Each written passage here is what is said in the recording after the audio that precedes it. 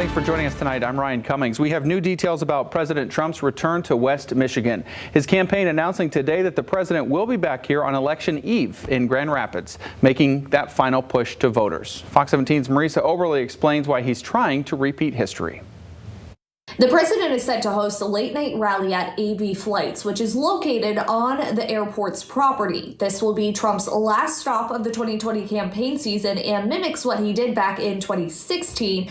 Experts say there is a reason for ending it here in Grand Rapids. Well, it's certainly really exciting. Kent County GOP Chair Joel Freeman eager about President Trump's return to West Michigan, saying it's an honor the campaign chose this area to end its election cycle not once, but twice.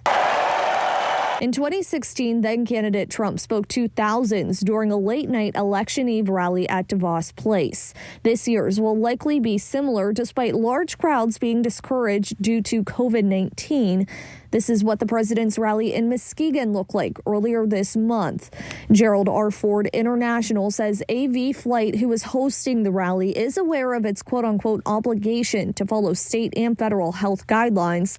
The company says the rally will be outside, but did not know how many people would attend, nor if it would comply with the new limits on gatherings. I think that's because our community is very representative of the country as a whole, and his message has a great blue-collar message, and that is something that Kent County really receives well, and I think he's excited to finish here. Kent County Democrats seeing this last push differently, though, pointing to polls, which on average places Democratic nominee Joe Biden ahead of Trump by 8 points in Michigan. It really comes across more as desperation racing across the state. I think he realizes that Michigan is lost for him. Maybe he's superstitious that this is the way he ended the first campaign, but it is not going to have the same effect in Michigan or in Kent County. Political science professors disagree, though, explaining Trump and his surrogates have made multiple stops in Michigan this campaign season. Normally, what we would expect from a campaign move like this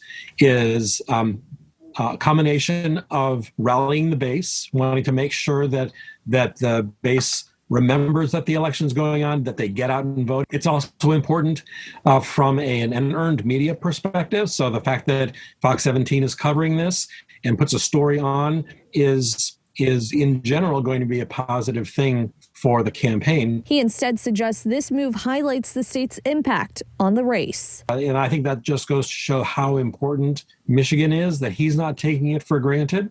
And I think that when we look at the Biden campaign having an event tomorrow with President Obama over on the east side, that shows how important Michigan is for both of their political strategies. Now, we did try to get an answer as to how much this will all cost the area, as campaigns typically rely on local law enforcement for day of events. However, both the Grand Rapids Police Department and the Kent County Sheriff's Department say right now they're not exactly sure what their involvement in Monday's rally will be, so they do not have an estimate at this time. However, the Sheriff's Department did say that these events typically cost between $10,000 and $30,000 in overtime for their deputies.